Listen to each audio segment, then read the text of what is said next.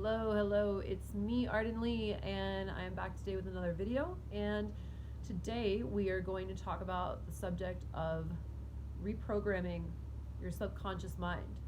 First, before I get into that, I would love to invite you to like this video and subscribe to my channel because I would love to be in your feed all the time. Let's connect. And also, if there are topics that you would like me to make a video about, please do feel free to leave it in the comments. Also in the description box you will find a link to my Facebook group, the Repatterning Parlor, where you can also connect with me and like-minded individuals who are focused on their personal growth. So let me now get to the subject of today's video, which is reprogramming your subconscious mind. And how do you do that? That's a good question. Our subconscious mind is often in many circles thought of as our body. So even if you look at, for example, the title of the book, The Body Keeps the Score by Bessel van der Kolk, which deals with trauma and the way that our beliefs and our perceptions of the world are influenced by the trauma we experience. And he refers to the place that everything is stored as the body. Your body remembers, right? So even if your conscious mind does not remember, your body remembers. You feel sensations, you feel, you feel one way or another about things in ways that you're not even conscious of. There's also another thing that is called the adaptive unconscious.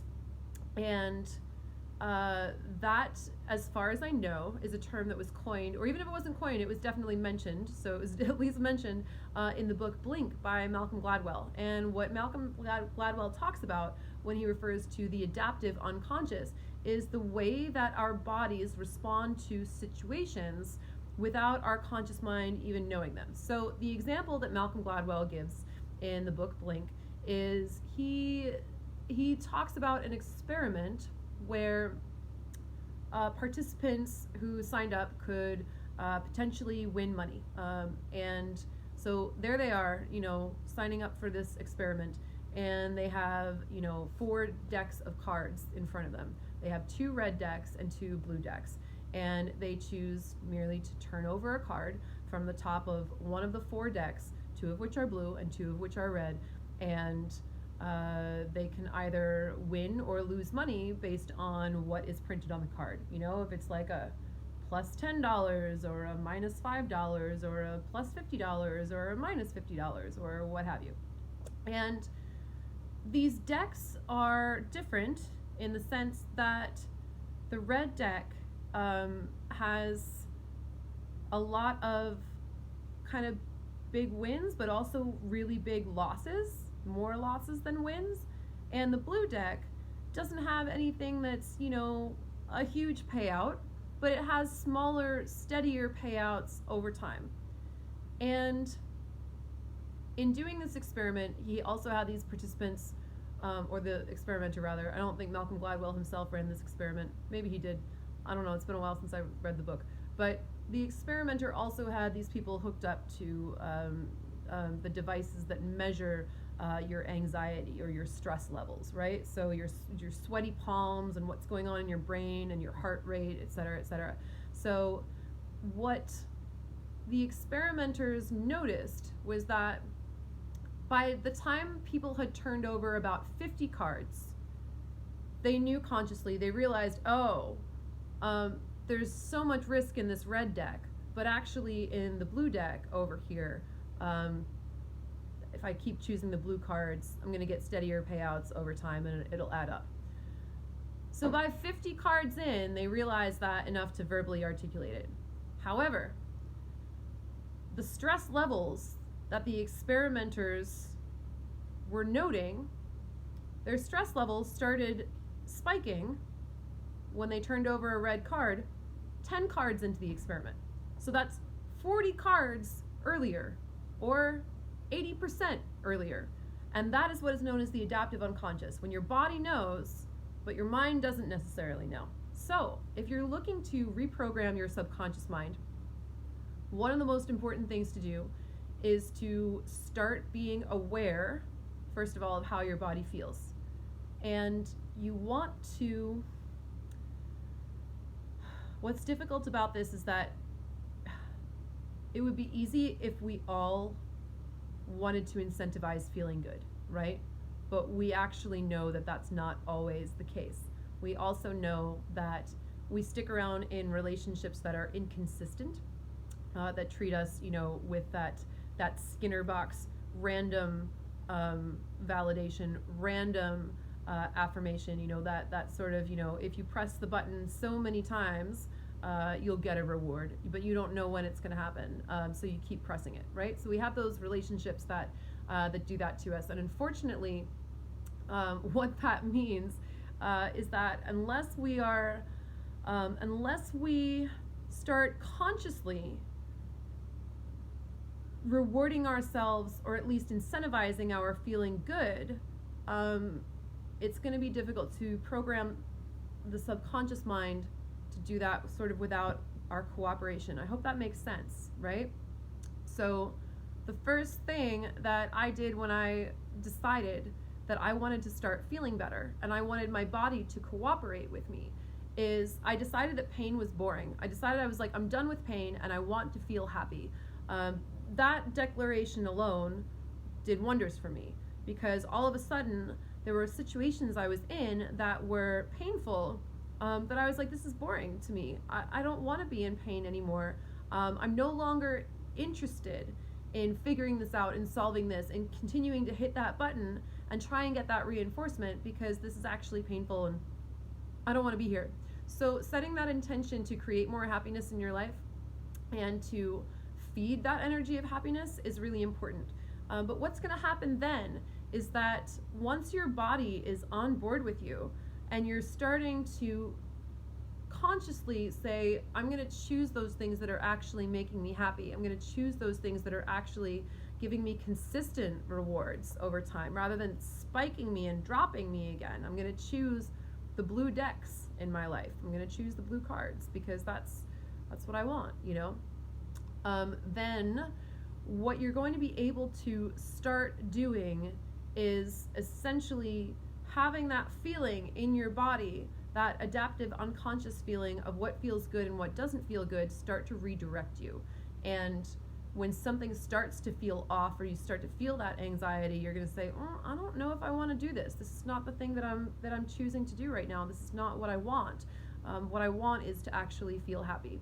And over time, you're going to start being able to reward yourself for those big things, right? Now, it's important here because there's a lot of things that we think are going to be fixes to our happiness that actually aren't, right? So again, we're really learning emotional self-mastery here, and we're learning discernment, and we're learning to figure out what we feel in our bodies and what the thing is that we want to feel in our bodies, and that's how we're going to start reprogramming the way that we respond to things, even within our bodies, even within our subconscious mind, so that we can start to make choices that are better suited to our happiness overall, right? So the first thing we want to do is recognize that our happiness is actually what we want. Isn't that right, Virgil?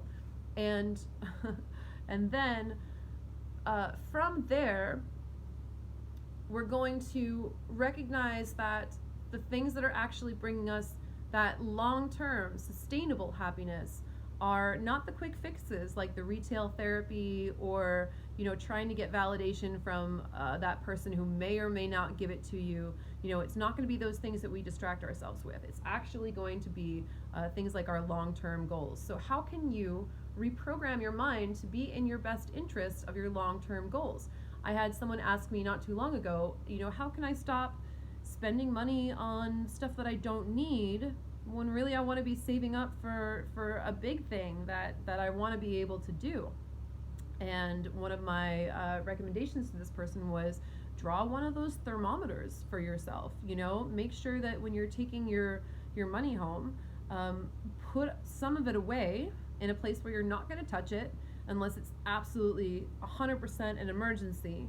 And even then, I would recommend that you try and hustle more, rather than touch your stash, because that's got to be really sacred to you. You've got to really believe in that. And then mark on a little thermometer that you've drawn, somewhere where you can see it, your desk or, by your bed before you go to bed at night, and start to color it in how much money you've saved up for this big thing that you want to be able to do. And the reward of seeing that thermometer fill up is going to be stronger than the reward of going off and buying something that you don't need that's going to make you feel better just kind of in the interim, because you're starting to understand, right? So this is the way that you reward yourself for your good behavior. You're going to find ways to reward the things that you want to do, and do that in a way that you're consistently reinforcing doing it, For me, for example, think of how I've reprogrammed my subconscious mind. Really, it was about developing that relationship with my body and deciding, setting that definite intention that I wanted to be happy, and that I was going to reward my long-term happiness, that I was going to reward that sustainability. I no longer wanted things that were going to cause me anxiety, or things that even were going to cause me, the excitement of dopamine spikes. I was like, that's not what I want anymore. And so I learned over time to start making choices that were in my long-term best interest. And in doing that, my unconscious is now cooperating with me because I've made that a habit. It's about forming that habit so that you can do those things automatically, and now it's not even a question. If there's something that I need to do, I do it because I'm operating within my own best interest, and I'm interested on a bodily level in feeling that good, right? Because I've seen the rewards start to come in. If you start to change some of your habits and you see that there are rewards coming in, that, let's say you're trying to eat healthier because you're trying to lose weight, for example. We'll just use that as an example. It is what it is.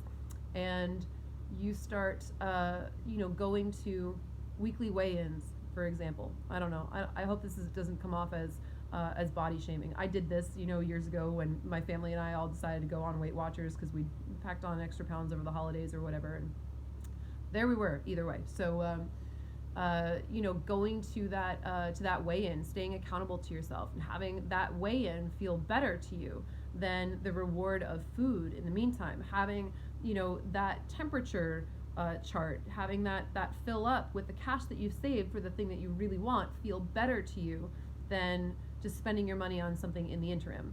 Whatever it is that is your long-term goal, whatever that thing is that you're working toward, making a life for yourself where that deliberately feels better. But you really have to make an agreement with your body, and you have to say, we want to feel good. We want to feel good in a long-term sustainable way, and we're no longer in agreement with the quick fix.